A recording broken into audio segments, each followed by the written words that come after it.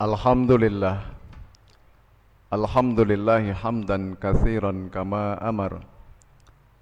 Asyhadu an la ilaha illallah wahdahu la syarikalah.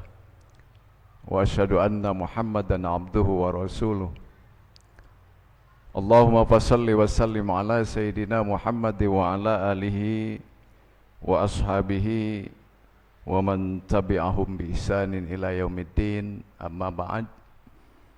Ayyuhal hadirun, usini wa iyyakum bitaqwallah. Ittaqullaha haqqa tuqatih wa la tamutunna illa wa antum muslimun. Ma'asyiral muslimin, jamaah Jumat yang dirahmati Allah Subhanahu wa taala. Kita sama-sama mafhum dan maklum bahwa amal kita itu posisinya berkumpul di dua tempat. Amal berkumpul di dua tempat, wahia fil qalbi. Satu, amal berkumpul dalam hati. Yang kedua, fil jasadi. Amal berkumpul ada pada jasad, anggota badan kita. Ketika hati berbuat amal, bisa ia lakukan amal yang baik, bisa juga dia melakukan amal jahat. Begitupun dengan jasad. Seperti halnya ketika hati berbuat amal kesolehan, kita menjadi seorang yang pandai berzikir, khusyuk, ikhlas dan lain sebagainya. Tapi ketika hati berbuat dosa dan maksiat, seperti halnya memiliki perilaku atau watak karakter takabur, ria, ujub, su'udon dan lain sebagainya. Inilah amal yang dikerjakan oleh hati. Dan yang kedua, yang paling banyak memproduksi amal, baik amal jahat maupun amal baik adalah jasad. Karena pada jasad kita terkumpul berbagai macam anggota yang kesemuanya bisa melakukan perbuatan. Oleh karena itu ada pesan yang tentunya untuk kita renungkan bersama. Dari para ahli hukama mengatakan, ahli hukama menitipkan 1 kepada hati, 3 kepada jasad.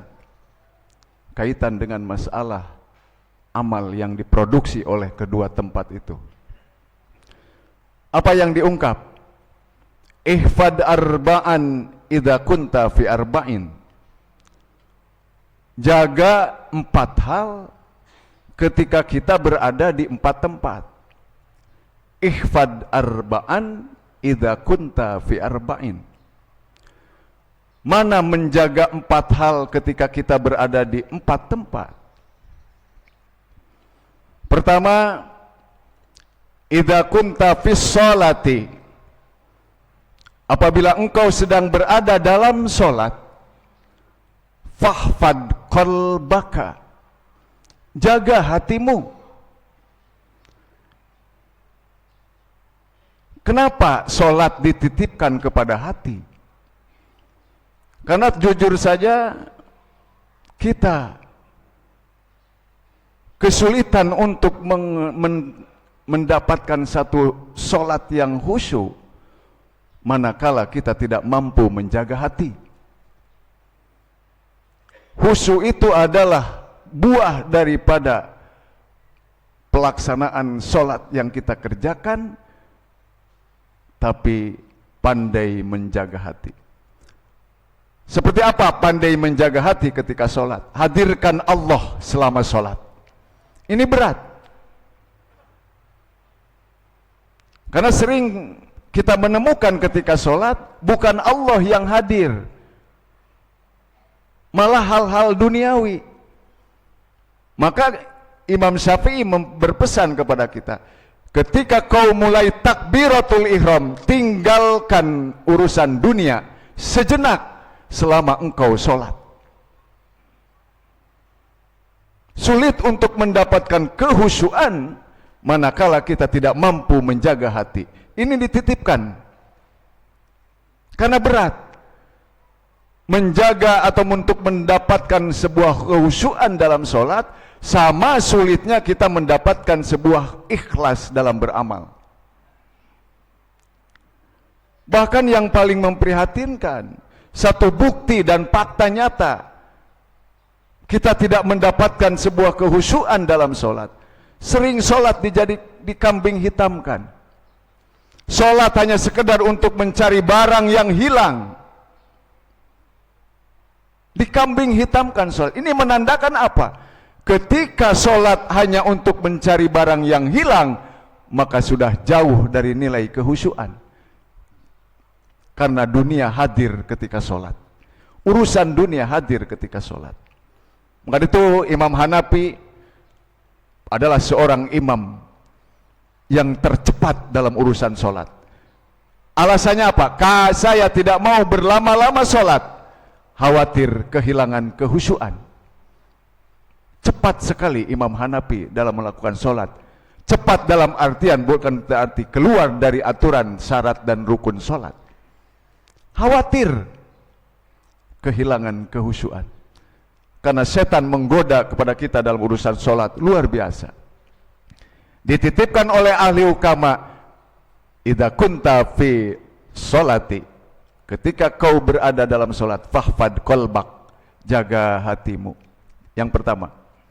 Yang kedua, yang dititipkan kepada jasad adalah idza kunta fi wujuhin nas, apabila engkau sedang berada di depan seseorang, 1, 2, 3, 4, 5 orang, apa yang dipesankan? Fahfad lisanak, jaga lisanmu. Ketika kita sendirian, lisan tidak pernah akan berbuat dosa secara langsung, hak adami. Tapi ketika kepada Allah bisa saja, mungkin saja. Dititipkan, dipesankan, idza kunta fi wujuhin nas, ketika kau sedang berhadapan dengan seseorang, fahfad lisanak, jaga. Berapa banyak orang yang celaka disebabkan lisan? Berapa banyak orang yang bertengkar karena lisan? Berapa banyak orang yang tidak putus hubungan karena lisan? Berapa banyak yang dendam karena lisan? Dan lain sebagainya. Bahkan diingatkan, kul khairan auliyasmut. Kalau mampu berkata yang baik, berkatalah yang baik. Tapi sekiranya tidak mampu untuk berkata yang baik, lebih baik diam. Karena selamatnya seseorang dalam pepatah sangat bergantung atas lisannya. Salamatul hibdi, salamatul insan fi hibdil lisan. Selamatnya seseorang manusia adalah sangat bergantung kepada lisannya. Maka dari itu jaga lisan kita. Itu yang kedua. Yang ketiga, idza kunta fi baitin nas, apabila engkau berada di rumah seseorang, dalam artian sedang bertamu, apa yang dipesankan? Fahfad ainak, jaga matamu. Kenapa hukama menitip beratkan jaga mata ketika ada di rumah orang? Setan itu banyak di rumah, terutama rumah-rumah yang tidak mendapatkan rahmat dan keberkahan. Kenapa harus dijaga mata ketika kita bertamu? Khawatir kalau mata jelalatan ketika bertamu, akan muncul sifat ria, akan muncul sifat su'udon. Ketika kita melihat satu benda yang dimiliki oleh yang punya rumah, lalu kita belum mampu untuk mendapatkan barang tersebut, muncul setan menggoda. Timbullah su'udon. Dari mana dia mendapatkannya? Padahal dia tidak mungkin mampu untuk membeli barang itu. Muncul itu.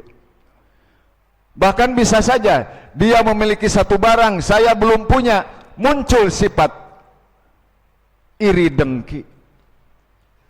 Makanya berpesan kepada sahibul bait, ketika kita kedatangan tamu, segera berikan suguhan, lalu segera ajak untuk atau ditemani. Jangan ditinggalkan. Ketika kita meninggalkan tamu, sama saja kita membiarkan tamu untuk berbuat maksiat atas matanya. Karena kita banyak mata yang jelalatan manakala ditinggal oleh sahibul baitnya. Menurut kita hanya sepele, tapi luar biasa dampaknya. Itu yang ketiga dipesankan. Idza kunta fi baitin nas, apabila kau sedang berada di rumah seseorang, fahfad ainak, jaga matamu. Dan yang terakhir, yang keempat, idza kunta fil maidah, apabila engkau sedang berada di atas meja makan, fahfad maidak, jaga perutmu. Ini memberi pesan kepada kita, makanlah secukupnya, jangan berlebihan. Sekarang ketika kita makan, boleh hitung-hitungan, berapa banyak sih yang akan kita makan, dan berapa banyak nanti yang tersisa bahkan terbuang. Sementara di luaran ada saudara-saudara kita yang belum makan, yang perutnya kelaparan. Sementara kita di atas meja makan begitu meluap, seakan-akan akan dimakan semuanya. Padahal setelah itu kita hitung-hitungan berapa banyak yang kita makan dan berapa banyak yang terbuang. Jangan sampai kita masuk kepada ahli-ahli mubadzirin, orang-orang yang senantiasa menghambur-hamburkan harta. Ketika seseorang sudah mulai menghambur-hamburkan harta, Allah bisa membalikan menjadi kita seorang yang pailit, tidak memiliki kemampuan apa-apa. Yang sebelumnya karena kita sering menghambur-hamburkan, sekarang tidak lagi makan di atas meja makan. Maka itu ini pesan penting untuk kita.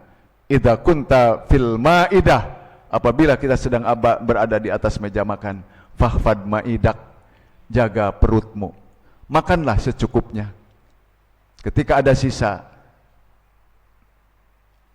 berikan sisa itu untuk yang memberi manfaat kepada makhluk-makhluk Allah lainnya, supaya kita tidak termasuk orang yang mubadzirin. Hadirin kaum muslimin jamaah Jumat yang dirahmati Allah, itu barangkali 4 pesan di 2 tempat berkumpulnya amal hati dan jasad. Maka mudah-mudahan kita mampu menjaga kedua tempat ini, sehingga kita mampu mengumpulkan hati untuk selalu berbuat baik kepada Allah, mampu mengumpulkan amal yang dikerjakan oleh jasad anggota badan kita, juga mampu untuk mendapatkan kesolehan-kesolehan untuk sebagai bekal di hadapan Allah Subhanahu wa taala. Amin ya Allah ya rabbal alamin. Barakallahu li wa lakum fil Qur'anil azim wa nafa'ani wa iyyakum bima fihi minal ayati wadzikril hakim wa taqabbala minni wa minkum tilawatahu innahu huwal ghafurur rahim.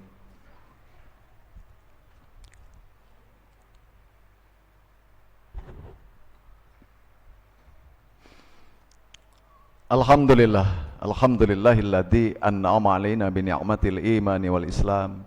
Asyhadu an la ilaha illallah wahdahu la syarikalah wa asyhadu anna Muhammadan abduhu wa rasuluh.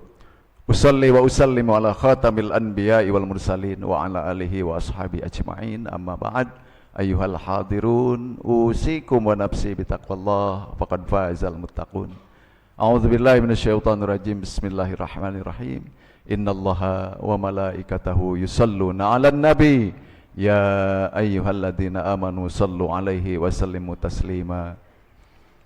Allahumma ighfir lil muslimina wal muslimat wal mu'minina wal mu'minat al ahya'i minhum wal amwat innaka sami'un qaribun mujibud da'awat ya qadiyal hajat.